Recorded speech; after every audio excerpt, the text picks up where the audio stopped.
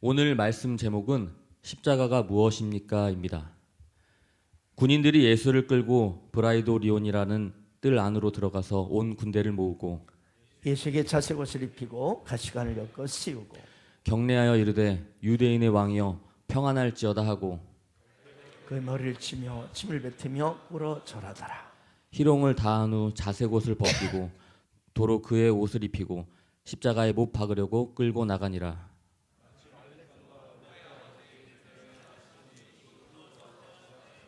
그들이 그를 억지로 같이 가게 하여 예수의 십자가를 지우고 예수를 끌고 골고다라 하는 곳에 이르러 모략을 탄 포도주를 줬으나 예수께서 받지 아니하시더라. 십자가에 못 박고 그 옷을 나눌세 누가 어느 것을 가질까 하여 제비를 뽑더라. 그 위에 있는 죄패에 유대인의 왕이라 썼고 강도 둘을 예수와 함께 십자가에 못 박으니 하나는 그의 우편에 하나는 좌편에 있더라. 지나가는 자들은 자기 머리를 흔들며 예수를 모욕하여 이르되 아하 성전을 헐고 사흘에 짓는다는 자여. 그와 같이 대제사장들도 서기관들과 함께 희롱하며 서로 말하되 그가 남은 구원하였으되 자기는 구원할 수 없도다. 그리스도가 지금 십자가에서 내려와 우리가 보고 믿게 할지어다 하며 함께 십자가에 못 박힌 자들도 예수를 욕하더라.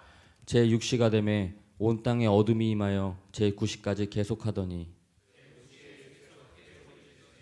엘리 라마 사박다시니 이를 번역하면 나의 하나님 어찌하여 나를 버리셨나이까 하는 뜻이라.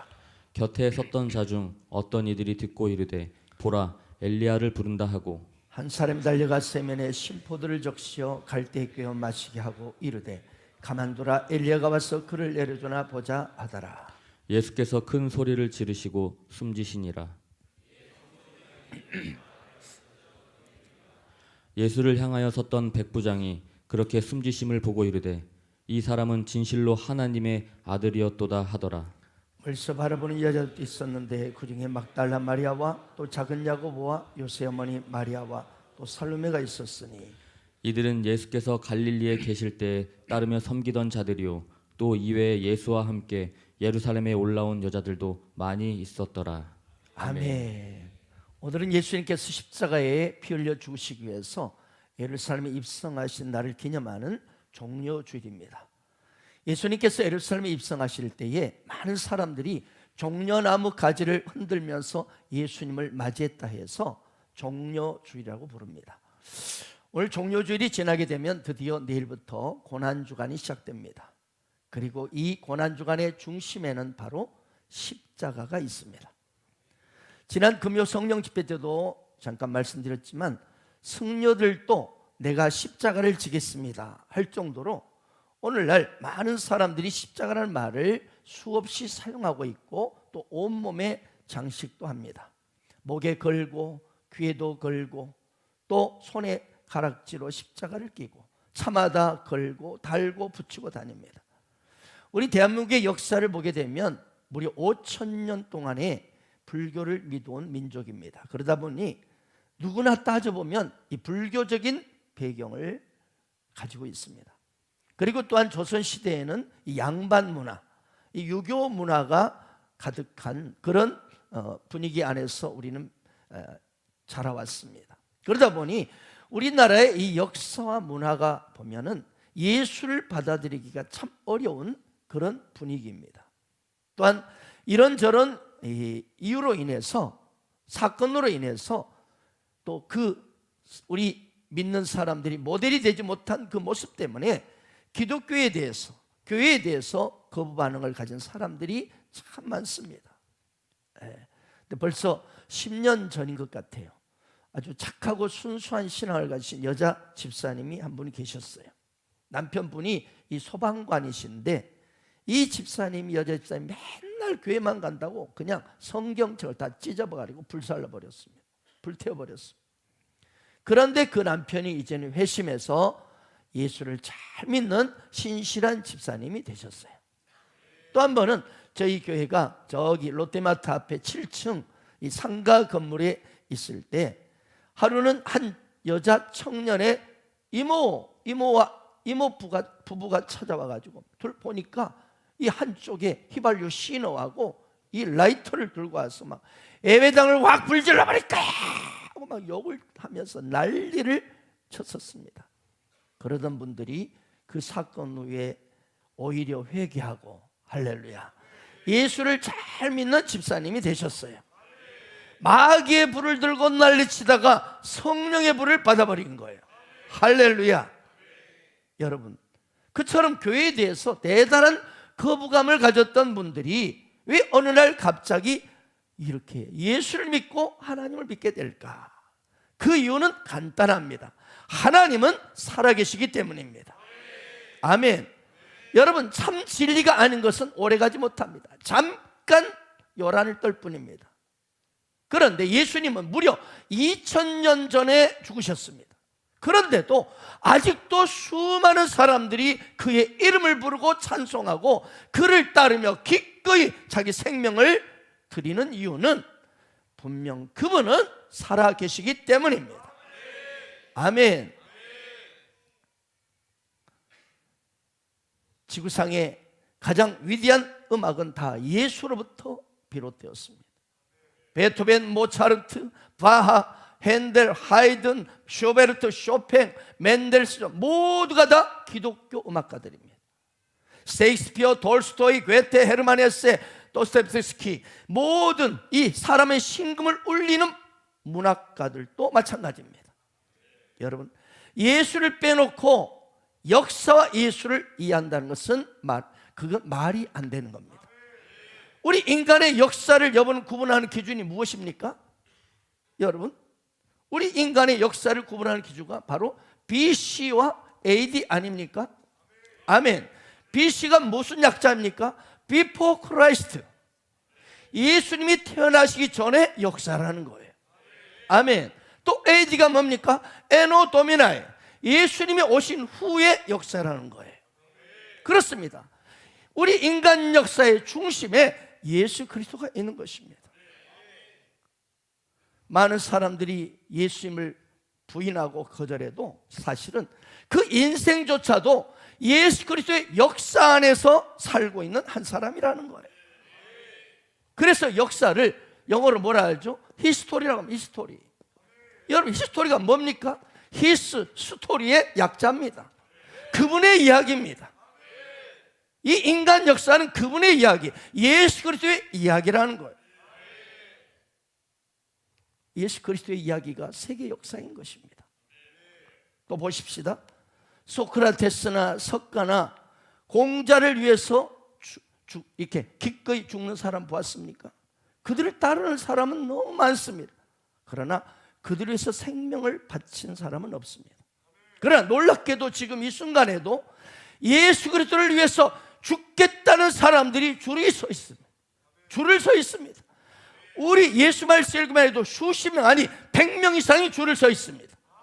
여러분, 아멘이십니까? 진짜 줄을 위해서 생명 내놓을 수 있는 사람 두 손 들고 아멘, 아멘. 네, 100명 이상 더 됩니다. 사람들이 태양이 없다고 그렇게 말하고 믿는다고 해서 태양이 없나요? 여전히 태양은 빛나고 있습니다. 존재합니다. 마찬가지로요, 사람들이 하나님이 없다 생각해도 부정해도 하나님은 여전히 존재하십니다. 살아계십니다. 믿지 않는 사람만 손해일 뿐입니다. 니체는 하나님은 죽었다, 신은 죽었다고 외쳤습니다. 그런 마지막 순간에 의사를 벗어 미칠 듯이 제발 몇 달만 나를 살게 해도 그럼 내게 재산을 다 주겠다고 몸부림치다가 그렇게 죽었습니다. 여러분, 하나님은 살아계십니다. 신은 죽었다고 외쳤던 니체만 죽었을 뿐입니다. 만약 어떤 사람이 태양이 없다고 한다면 그는 땅속에 들어가 살아야 할 것입니다. 그러면 그 사람은 태양의 혜택을 받지 못합니다. 마찬가지로 하나님을 부인하면 그 사람만 하나님의 복을 받지 못할 뿐입니다.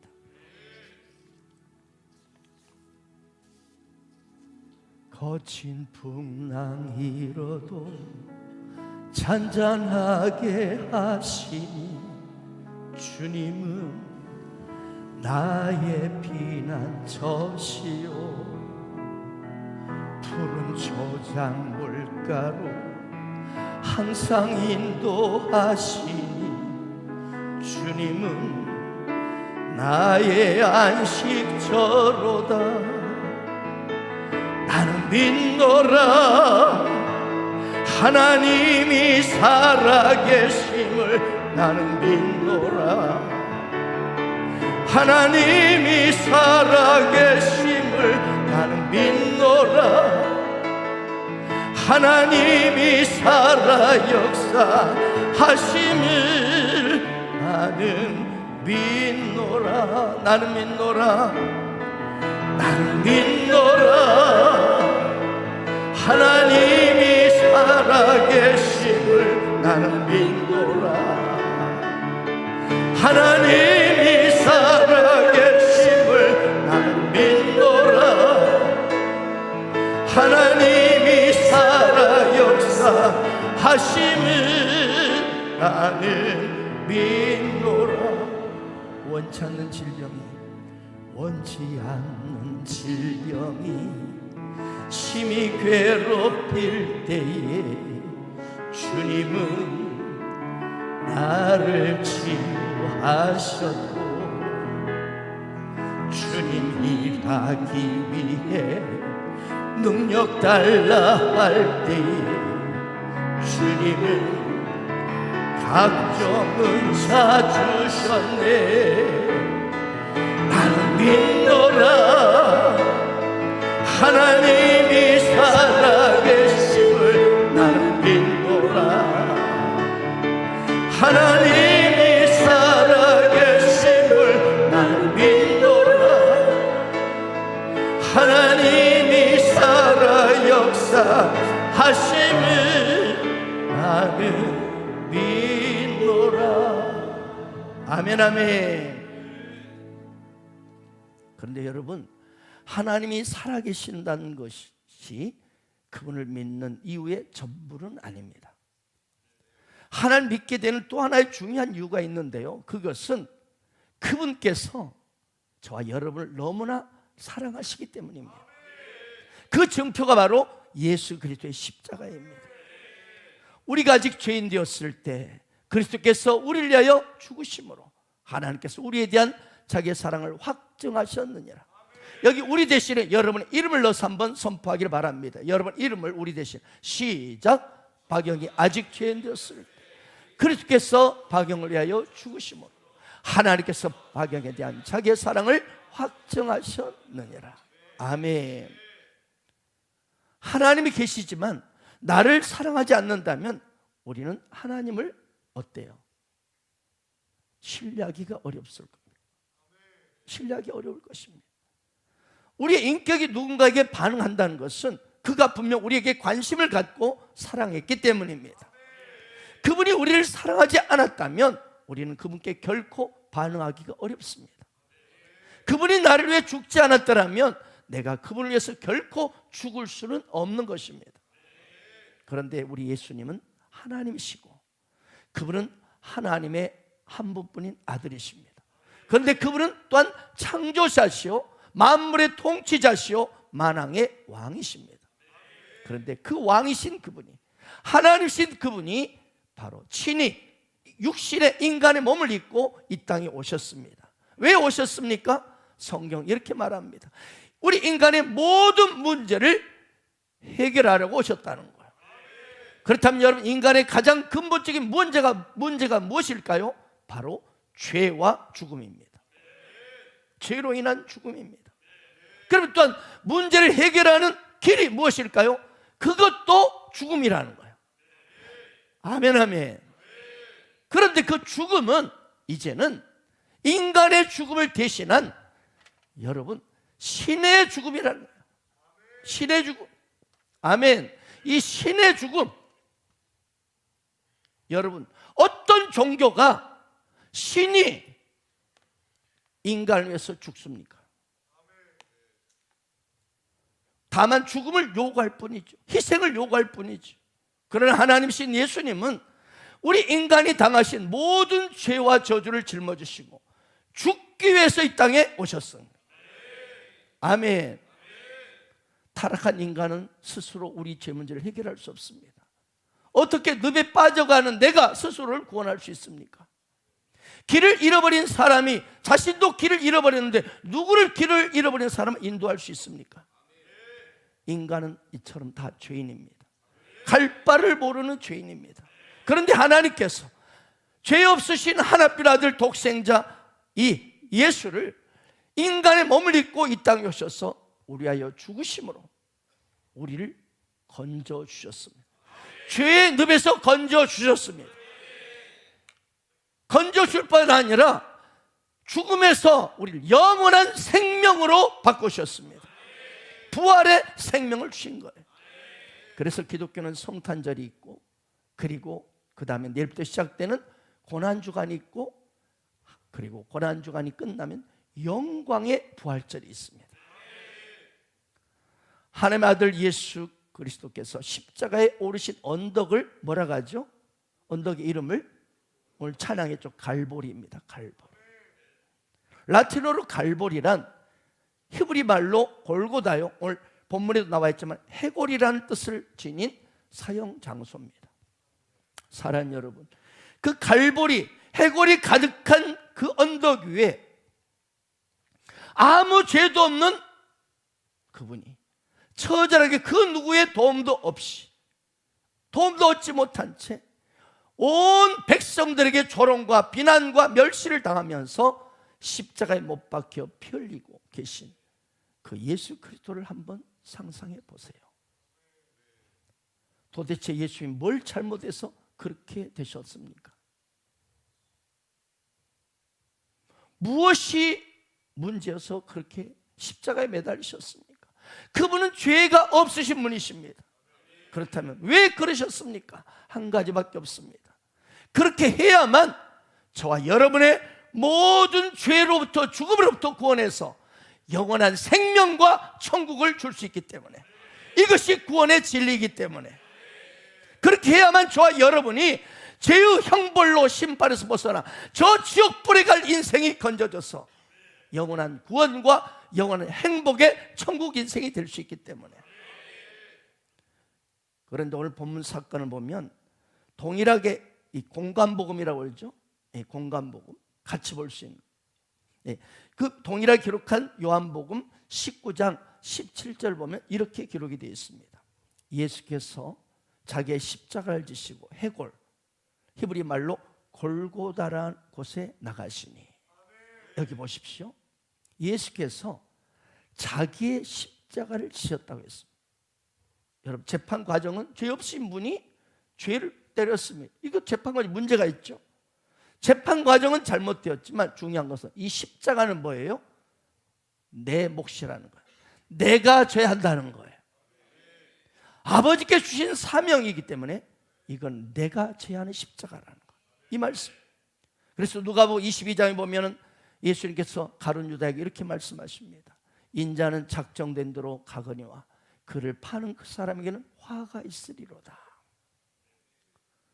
나는 하나님이 명하신 사명대로 내가 그 인류 구원의 길을 간다. 그것은 십자가를 지는 것이다. 그러나 나를 파는 그 사람 가룟 유다 너에게는 화가 있을 것이다. 이렇게 말씀해요. 여러분, 이 가룟 유다를 통해서 우리가 무엇을 보게 되느냐? 우리에게 신앙의 큰 문제점이 어디서 온다고요? 어디서 옵니까?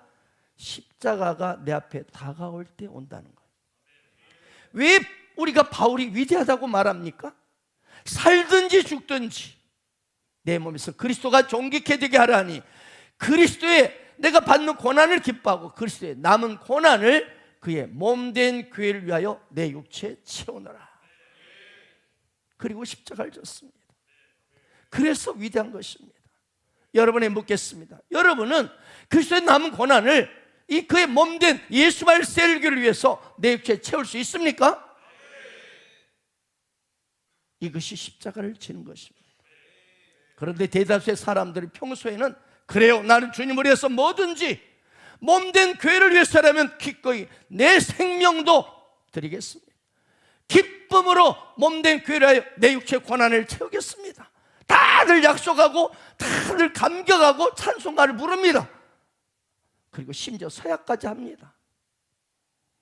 그런데 정말 십자가 다가오면 도망갑니다. 여기서 우리의 신앙의 문제점이 나타납니다. 예수님의 제자들 보십시오. 너희가 다 나를 버릴 것이다. 무슨 섭섭한 말씀을 그리 하십니까, 스승님? 죽을지언정 그런 일은 절대 없습니다. 죽어도 주를 위해 죽겠습니다. 다들 약속했습니다. 그런데 왜 도망갔나요? 십자가 때문에. 십자가 다가오니까 무서워서 도망가는 거예요. 여러분, 예수님께 은혜 입은 사람들이 얼마나 많았습니까?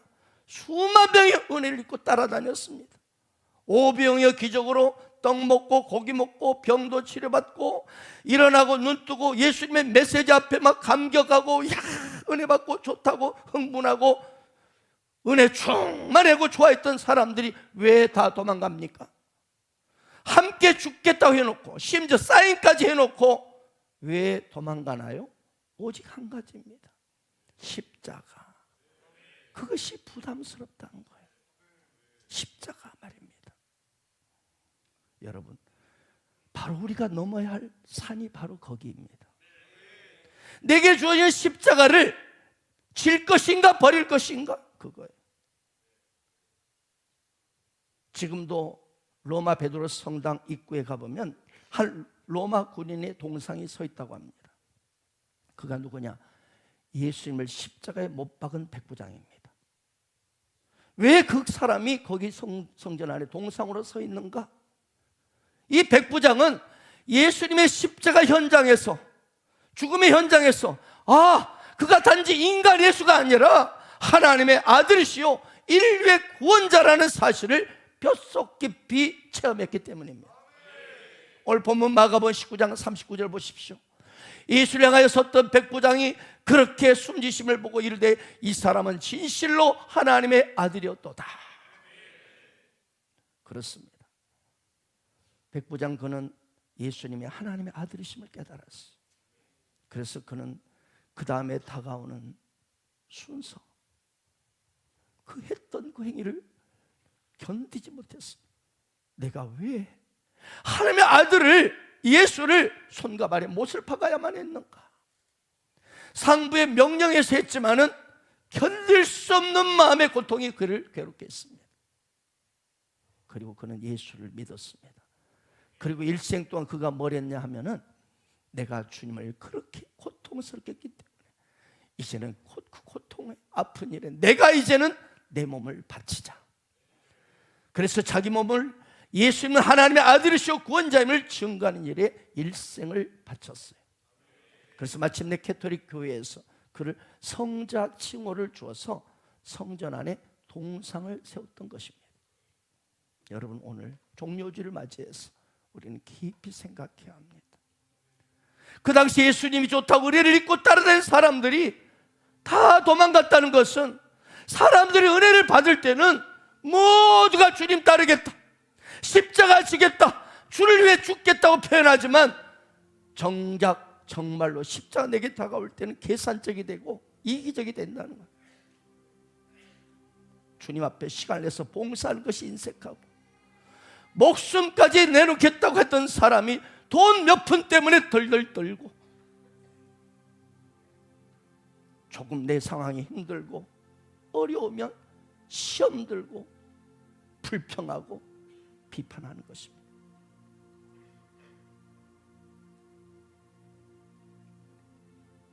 그러니까 주님은 아무도 없구나, 나를 위해 죽겠다는 제자들마저 한 사람도 없구나.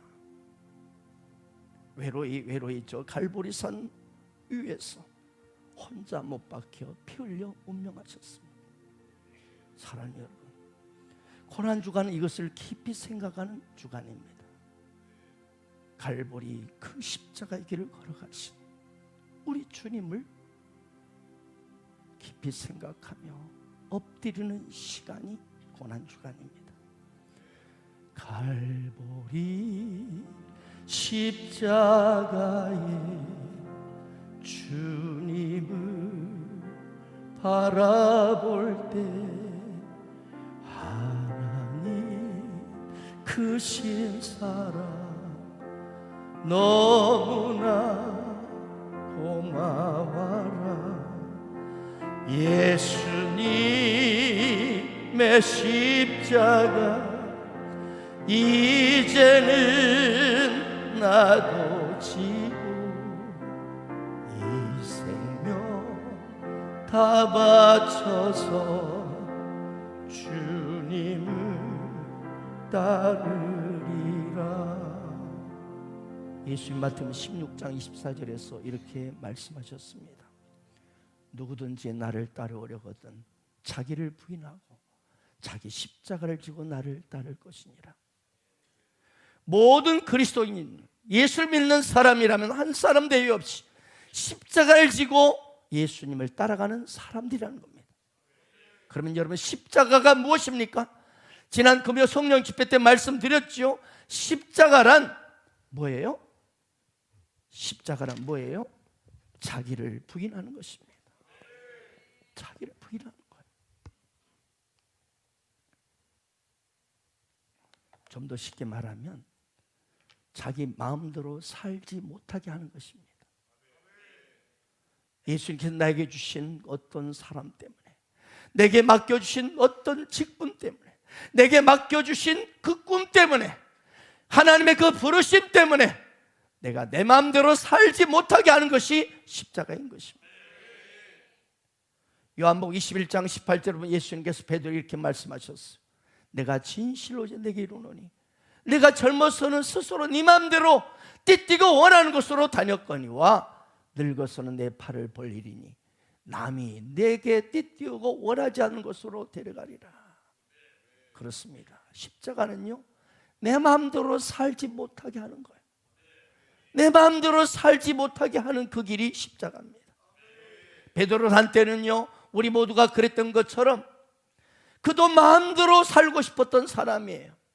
그러나 예수님을 생명의 주님으로 모시고 난 다음에는, 진짜 제자가 된 뒤에는 베드로의 인생은 이제 내 인생은 내 것이 아니다. 내 인생은 내 마음대로 사는 인생이 아니라 오히려 하나님의 사명 따라 남이 나에게 띠띠우고 끌고 가면 내가 원하지 않는 길이랄지도 끌려다니는 삶이 십자가라고 말합니다.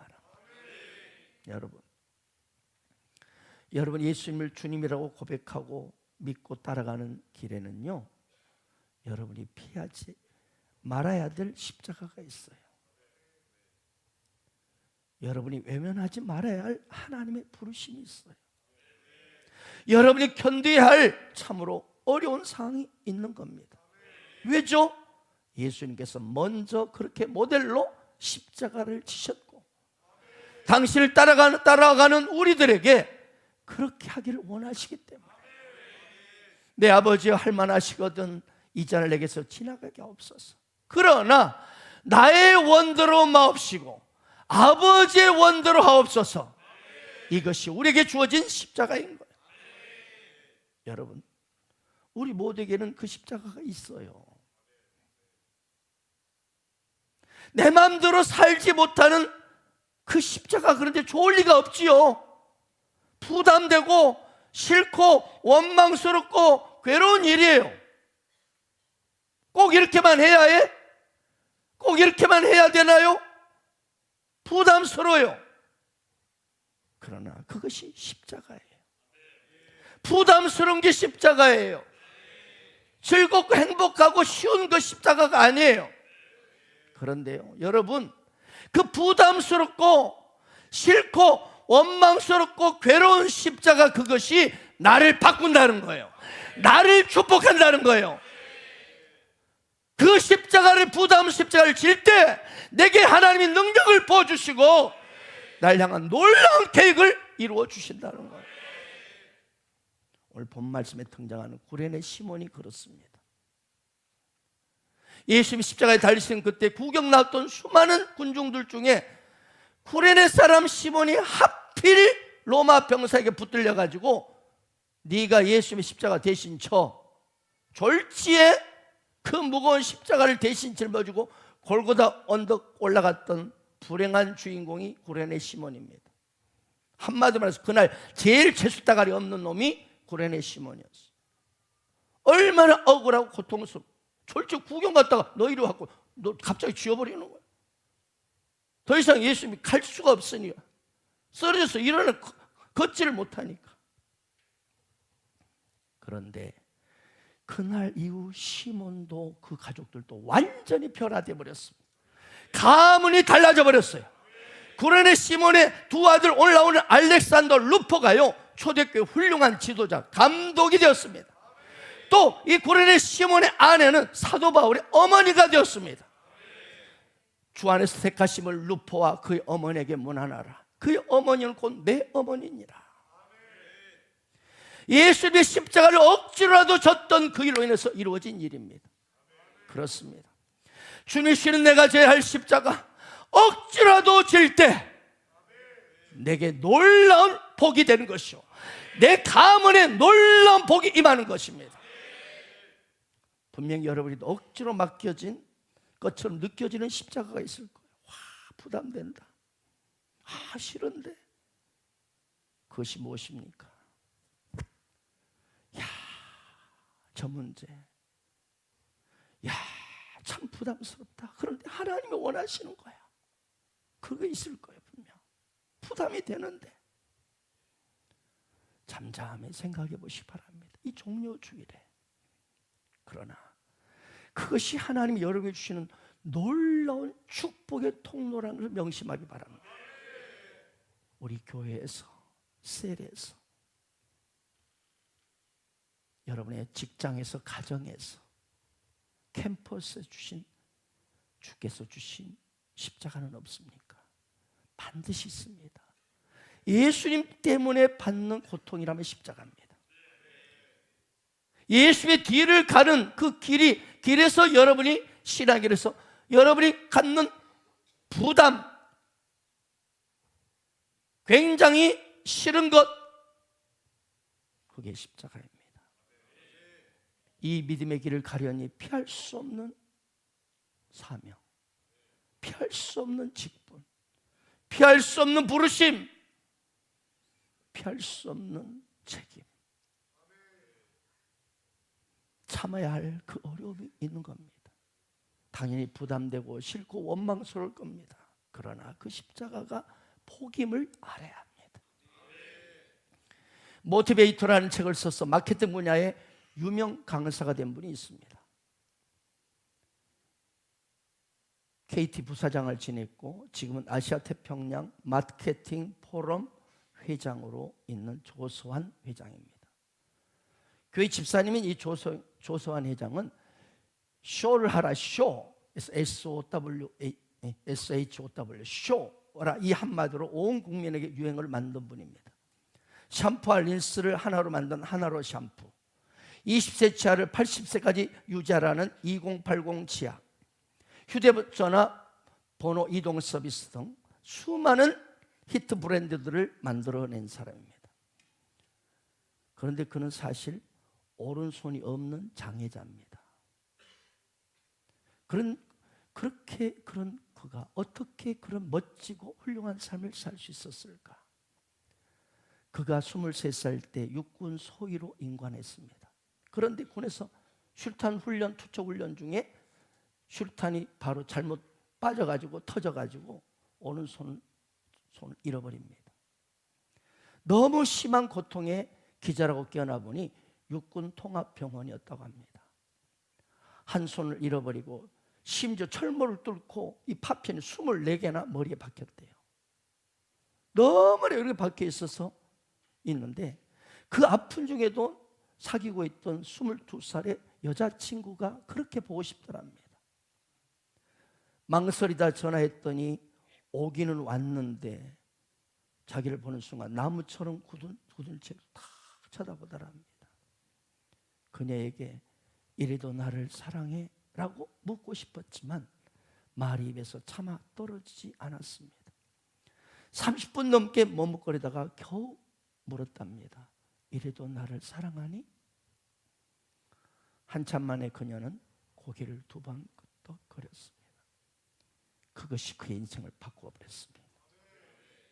손을 잃었지만 여자친구의 그 넘치는 사랑 때문에 오히려 행복감을 느꼈다고 합니다. 병원에 와서 병간을 해주던 애인을, 이 여자친구를 아버지가 나타나서 끌고 막 나가려고 했습니다. 저항하는 딸에게 너 아버지를 선택하든지 그 남자를 선택하든지 둘 중에 하나 선택해. 강요해서 끌고 나가려. 그때 딸은 만약 아버지가 손을 잃었다면 엄마가 어떤 태도를 보이기를 원하세요? 나는 이 남자의 전부를 사랑한 것이지 손을 사랑한 것이 아니에요. 이렇게 말했습니다. 이 말을 듣는 순간 이 조선 회장은 평생 이 여자만을 행복하게 해주기를 위해서 살겠다는 결심을 하게 됩니다. 그는 사고로 한쪽 팔을 잃어버렸지만 언제나 자신을 변함없이 지지해주고 사랑해주는 아내가 있었기에 용기를 내서 성공할 수 있었다고 간증합니다. 그는 아내를 최고의 마케터, 즉 모티베이터, 동기부여자라고 부릅니다. 아내는 자신의 초라한 인생을 삶의 의미를 불어넣고 살아나겠다는 의지를 자극했기 때문입니다. 조수한 집사의 아내에게는 이 장애인이 된 이 조수한 씨가 십자가였습니다. 그러나 그것을 품고 사랑할 때 놀라운 삶의 열매를 맺었던 것입니다. 사랑하는 여러분, 만일 진짜 가수에게 너 돈을 내가 다 줄 테니까 더 이상 노래하지 말라 하면 노래 안 할 수 있을까요? 진짜 화가에게 내가 당신의 인생을 책임져 줄 테니 더 이상 그림 그리지 마 하면 안 그릴 수 있을까요? 저 박영 목사에게 내가 당신의 모든 후 뒤의 인생을 내가 다 재정적으로 다 책임질 테니 목회자 하지 마라, 목회 그만하라, 제자 삼는 사역을 하지 말라고 하면 제가 안 할 것 같습니까? 이 가슴에 칼이 들어와도 저는 이 길을 갈 것입니다. 그렇습니다. 십자가를 지는 길도 지고 가는 길도 마찬가지입니다. 누가 너 당신 돈 줄 테니까 십자가를 지지 말라고 하면 여러분 어떻게 하시겠습니까? 그때 아닙니다. 나는 예수님이 나 같은 인생을 위해서 저 처절한 골고다 언덕을 오르신 그 사랑, 저는 이 가슴에 있습니다. 그래 나는 예수님이 내게 주신 십자가를 질 것입니다. 이 사람이야말로 진정한 그리스도인이요, 이 사람이야말로 진정한 제자요, 이 고백이 진짜 정답이 되길 축복합니다.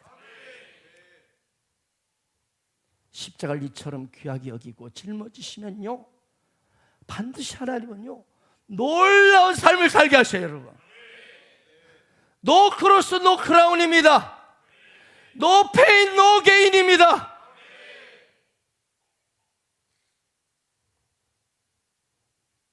십자가 없이 영광이 없습니다. 고통이 없이 얻는 것이 없습니다. 여러분, 십자가 지면 반드시 그 인생 능력을 주시고 축복하십니다. 그리고 영광의 주님을 그 길 끝에서 만나게 되는 것입니다. 사랑하는 여러분, 십자가의 고통의 현장을 넘어서서 그 부활의 영광을 바라보세요. 예수님 때문에 내가 져야 할 십자가, 주님이 주신 억지로 맡겨주신 너무나 부담스러운 십자가가 있습니까? 당신에게 주어진 십자가가 겉으로는 그처럼 고통스럽고 한스럽고 처절하고 외로운 십자가이지만 그 길 끝에는 주님 만나는 놀라운 은혜와 사랑, 그리고 한없는 넘치는 복된 십자가임을 기억하세요. 우리 주님이 그렇게 모델을 보여주셨잖아요. 외롭고 처절하고 고통스럽고 너무나 부담스러운 십자가의 그 길을 지셨지만 그 길이 바로 영광의 길이요, 부활의 길이요, 모든 이름에 뛰어난 이름이 되게 하셨어요.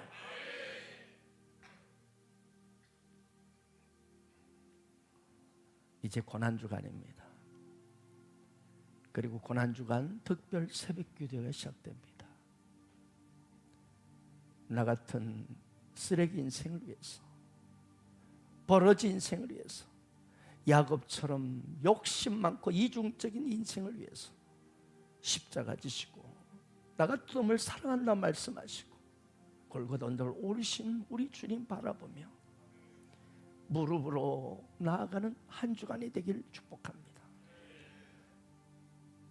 특별히 이번 고난주간 성령 집회 때는, 금요일 성령 집회 때는 캄보디아의 기독교의 대부라고 알려지는 이 웅띠 목사님이 오십니다.